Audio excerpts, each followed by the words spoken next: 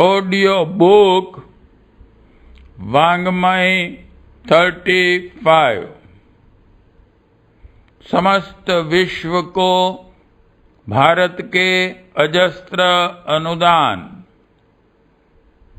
Chapter 1 part 42। सृष्टि की गौरवमयी अभिव्यक्ति मनुष्य।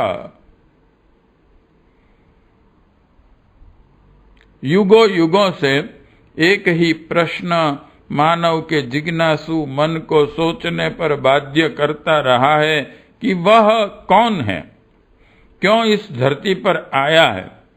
यह सृष्टि जो दृश्यमान है वह क्या है, इस सृष्टि का आदि कारण क्या है। जो दिखाई दे रहा है वह सच है या भ्रांति मात्र है। सृष्टि यदि किसी सृजेता ने बनाई है तो इसमें मानव का क्या प्रयोजन है, आदि आदि। भारतीय संस्कृति की मनीषा की सबसे अनुपम देन यदि कोई विश्व मानवता को है तो वह यही है कि देव संस्कृति के रचयिताओं ने इस संबंध में मंथन चिंतन कर सृष्टि, ब्रह्म, मनुष्य इन सब के विषय में बड़ी ही व्यावहारिक प्रतिपादन प्रस्तुत करते हुए व्यक्ति के धरती पर अवतरण को सउद्देश्य बताया है। सृष्टि के रहस्यों की व्याख्या करते हुए उनने उस विश्व उद्यान को जो सृष्टा ने विनिर्मित किया है, सजाते संवारते रहने का दायित्व भी मनुष्य को सौंपा है। यह आस्तिकवादी दर्शन जो व्यक्ति को निरंतर कर्म परायण बनाए रख अंतर्मुखी बनाता है, भारतीय दर्शन की सबसे बड़ी विशेषता है। छांदोग्योपनिषद 6.9/4 में उपनिषदकार बड़े सुंदर ढंग से मानव व सृष्टि का संबंध बताते हुए एक चिरंतन सत्य का उद्घाटन करते हैं, जिसका अर्थ है संपूर्ण व्यक्ति जगत के लिए एक सत्य ही आत्मा है। वही सत्य है, वही आत्मा है। और हे श्वेत केतु, तू वही है। मानव तथा उसके साथ छिपी अनंत संभावनाओं के बारे में तत्वमसि एक वैसा ही गूढ़तम सत्य है जैसे कि आधुनिक भौतिकी में पदार्थ के एक कण के पीछे निहित अनंत ऊर्जा की संभावनाओं को E=mc² सूत्र के माध्यम से व्यक्त किया जाता है। आस्तिकता पर टिकी देव संस्कृति सृष्टि के संबंध में मनुष्य का दृष्टिकोण स्पष्ट करती हुई उसे उसका कर्तव्य स्पष्ट रूप से समझाती है। सृष्टि संस्कृत का शब्द है। वह इसका अर्थ है रची हुई, चलती हुई वस्तु। यह परमाणुओं के समुच्चय से बनी है या प्रकृति रूपी मूल तत्व से। इस संबंध में दार्शनिक मतभेद कई हो सकते हैं, क्योंकि भारतीय दार्शनिक यह मानते हैं कि यह सृष्टि किसी ने बनाई है, वे आस्तिकवादी कहलाते हैं। नास्तिकवादी यह कहते हैं कि यह तो स्वभावतः बन गई है, वह अनादिकाल से बनती बिगड़ती चली आई है। कोई कहते हैं कि कुदरती रचना मात्र है, यह व इसमें किसी बुद्धिमत्तापूर्ण सत्ता का बनाने में कोई योगदान नहीं है। कुछ इसे आकस्मिक एक विस्फोट से हुई मानते हैं। आस्तिकवादी भारतीय दार्शनिक कहते हैं कि सृष्टि को रचने वाली एक ज्ञानमयी सत्ता है जो किसी प्रयोजन विशेष की सिद्धि के लिए सृष्टि बनाती और बिगाड़ती है। ऋषि चिंतन यह कहता है कि सृष्टि के अवलोकन से 4 निष्कर्ष निकलते हैं। 1. सृष्टि नियमानुकूल है, नियमों से बंधी हुई है। 2. इन नियमों से अपार बुद्धि का परिचय मिलता है। 3. यह नियम अटल है। तथा 4. यह नियम सूक्ष्म से सूक्ष्मतम वस्तु पर भी शासन करते हैं व कोई भी वस्तु इनका उल्लंघन नहीं कर सकती। इस प्रकार वे सिद्ध करते हैं कि ईश्वर इस जगति का नियंता है, ज्ञानवान है अर्थात सर्वज्ञ है, एक रस है तथा सूक्ष्म से सूक्ष्म व सर्वशक्तिमान है। ईश्वर व सृष्टि संबंधी प्रारंभिक चिंतन हमको एक ऐसी सत्ता की जानकारी देता है जो बुद्धिमता पूर्ण भी है व इच्छा शक्ति वाली भी। इसे यदि हम नियम व्यवस्था के रूप में, इकोलॉजी विधि व्यवस्था के रूप में समझ लें तो ठीक रहेगा। अल्बर्ट आइंस्टीन ने कहा था कि सृष्टि में यहाँ कुछ भी अव्यवस्थित नहीं है, यहाँ सब कुछ सुनियोजित है। भगवान कभी पासे नहीं खेलता। इसी तरह जेम्स जीन्स कहते हैं कि सृष्टा के रूप में एक ऐसे कलाकार की आकृति मेरे मन में आती है जिसने बड़े मन व लगन से एक कृति बनाई है जिसमें बहुत प्रकार के रंग अपनी तुलिका से संजोए हैं। कोई चाहकर भी उनमें कोई कमी नहीं निकाल सकता। किसी ने सच ही लिखा है कि सृष्टि एक व्यवस्था के रूप में उस लीला पुरुष द्वारा अपने ज्येष्ठ पुत्र मनुष्य के लिए क्रीड़ा जगत के रूप में बनाई गई है। यहाँ का हर क्रियाकलाप उसके द्वारा व्यवस्थित है, नियम द्वारा संचालित है तथा ईश्वरीय सत्ता पूर्णतः तर्क तथा प्रमाण पर आधारित है। वेद का ऋषि कहता है कि यह समस्त सृष्टि एक नियम के अधीन है जिसे वेद में रुत नाम से पुकारा गया है। यह रुत एक है, ढेर सारे नहीं हैं। यह रुत उस अपार विराट बुद्धि में निवास करता है जिसे आस्तिक लोग ईश्वर नाम से जानते हैं।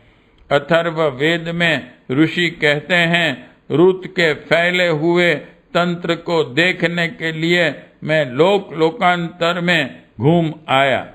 इनटू ब्रैकेट चारों ओर उसी का साम्राज्य है। परि विश्वा भुवनान्यायम ऋतस्य तंतुम वीततम दृशेकम। अथर्ववेद 2/1/5।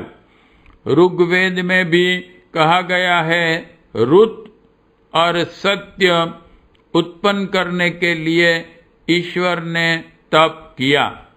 ऋतम च सत्यम चाभिद्वात तपसो द्यजायत।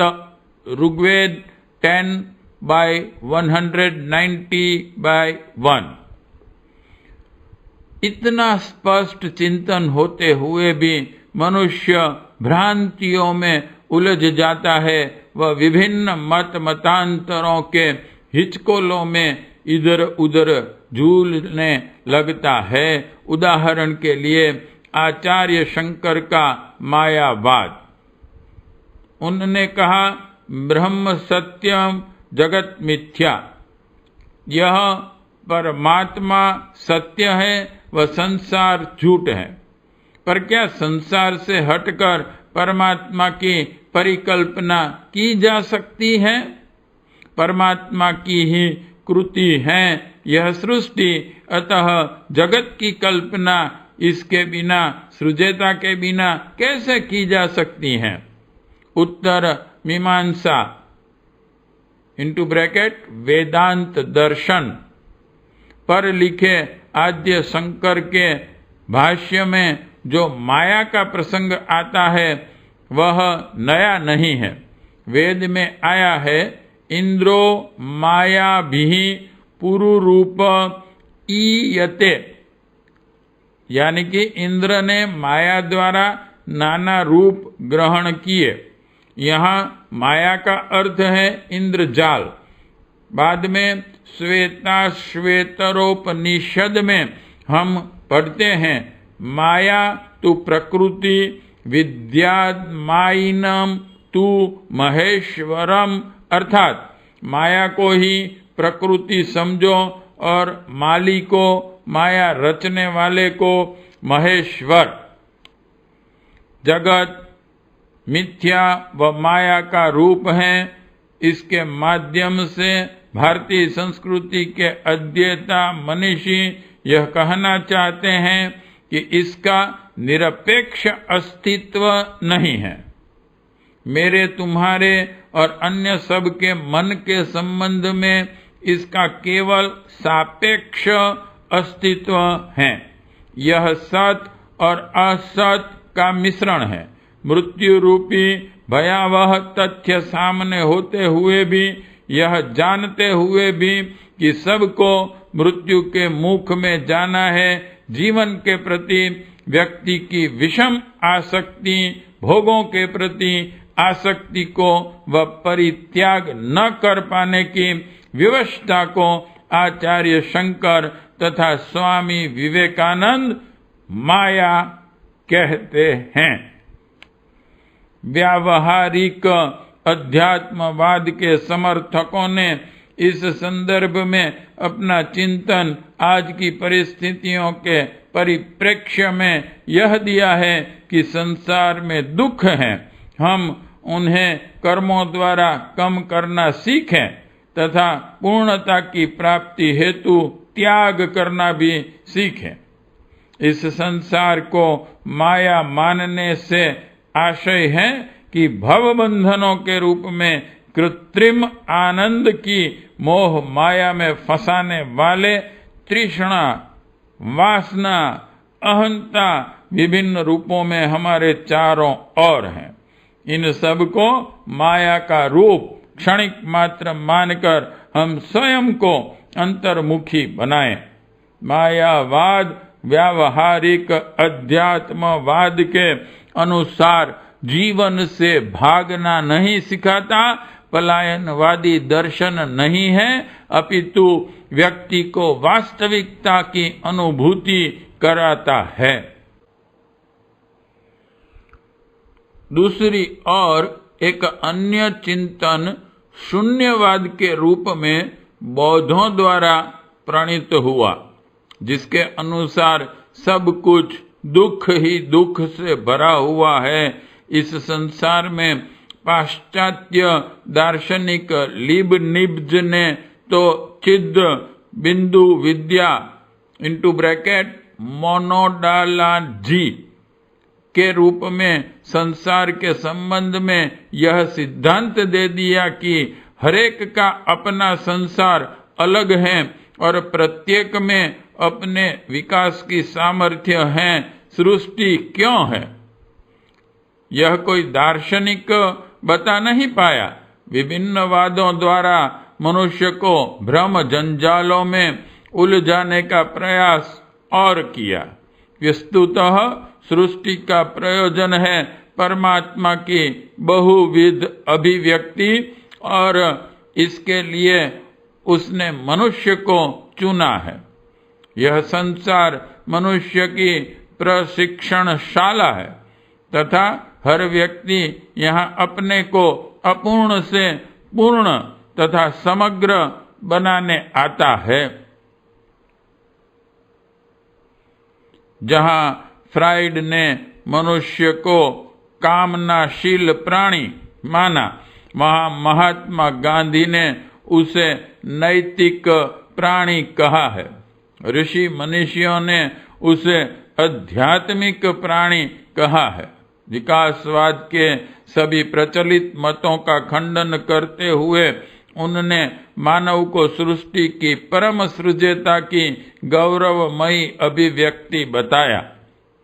प्रकृति के अनुसार नहीं, इंस्टिंक्ट्स के अनुसार नहीं, वरन परमेश्वर की इच्छा के अनुसार जीवन जीने आया है। वह उसका एकमात्र कर्तव्य है सृष्टा के इस उद्यान को माली के रूप में सींचना, इसके सौंदर्य को निखारना। इसी में उसका निज का विकास भी छिपा हुआ है, जिसके लिए उपनिषदकारों से लेकर गीताकार ने विस्तार पूर्वक वर्णन किया है। जो ब्रह्मांड में है उसी की छोटी अनुकृति पिंड में, मानव में है।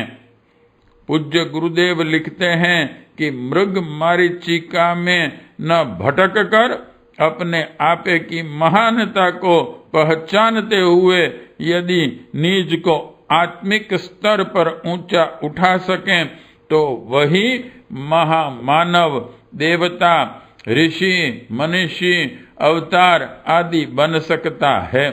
मानवीय चेतना की प्रगति का अंतिम एवं उच्चतम सोपान देवत्व है, जिसके विषय में श्वेता श्वेतर उसे अमृतस्य पुत्रा कहकर संबोधित करता है।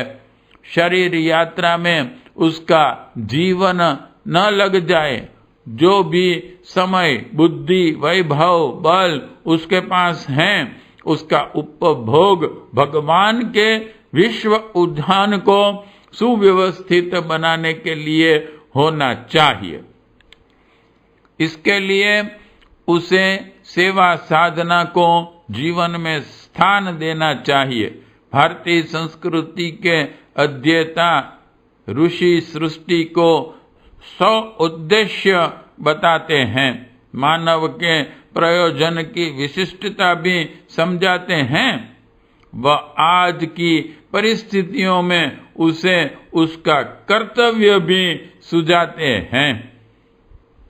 पार्ट 42 समाप्त।